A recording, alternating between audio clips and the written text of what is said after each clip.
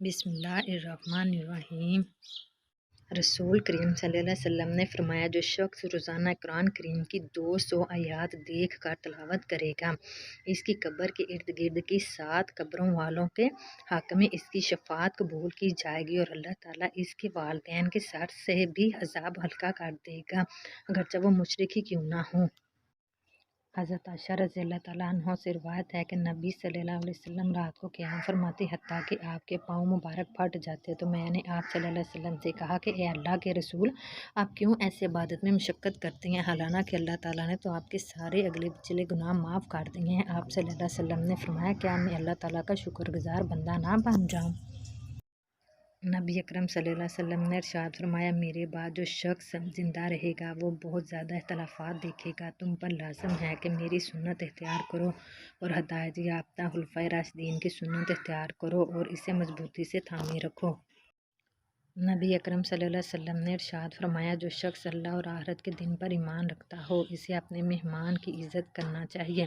اس کی خاطرداری بس ایک دن اور رات کی ہے، مہمانی 3 دن اور راتوں کی۔ اس کے بعد جو ہو وہ صدقہ ہے، اور مہمان کے لیے جائز نہیں کہ وہ اپنے میزبان کے پاس اتنے دن ٹھہر جائے کہ اسے تنگ کر ڈالے۔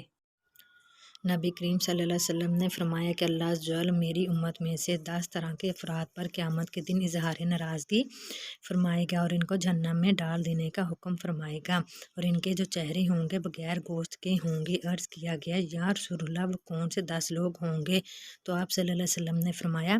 بوڑھا زانی، گمراہ پیشوا، شراب کا عادی، والدین کا نافرمان، چغل خور،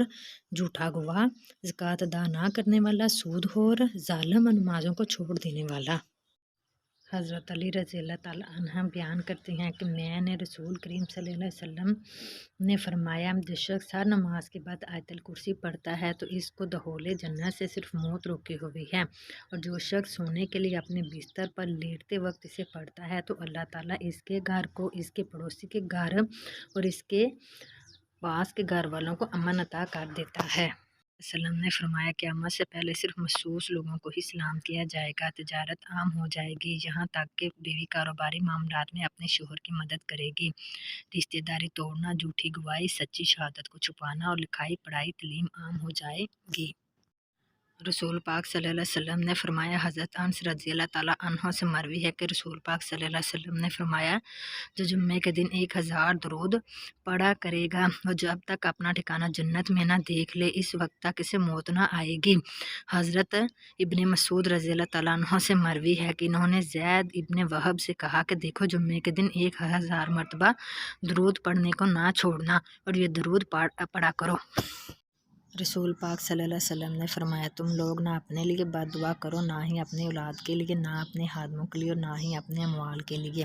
کہیں ایسا نہ ہو کہ وہ گھڑی ایسی ہو جس میں دعا قبول ہوتی ہو اور اللہ تمہاری بد دعا قبول کر لے۔ رسول پاک صلی اللہ علیہ وسلم نے فرمایا، جب آدمی بسم اللہ پڑھ کر اپنے گھر میں داخل ہوتا ہے اور بسم اللہ پڑھ کر کھانا کھاتا ہے تو شیطان اپنے چیلوں سے کہتا ہے کہ اس گھر میں تمہارے لیے کھانا ہے، نہ ہی اس رات کو ٹھکانا، اور اگر گھر میں داخل ہوتے وقت بسم اللہ نہیں پڑھتا تو شیطان اپنے ساتھیوں سے کہتا ہے، خوش ہو جاؤ کہ تمہیں رات کا ٹھکانہ مل گیا، اور اگر کھانا کھاتے وقت بسم اللہ نہیں پڑھتا تو وہ کہتا ہے تمہارے کھانے کا بھی بندوبست ہو چکا ہے۔ رسول پاک صلی اللہ علیہ وسلم نے فرمایا، بلا شبہ مجھے رکوع اور سجدے کی حالت میں قرآن پڑھنے سے منع کیا گیا ہے۔ جہاں تک رکوع کا تعلق ہے تو اس میں اپنے رب عز و جل کی عظمت و کبریائی بیان کیا کرو، اور رہی بات سجدے کی تو اس میں خوب دعا کیا کرو، یہ دعا اس لائق ہے کہ تمہارے حق میں قبول کر لی جائے۔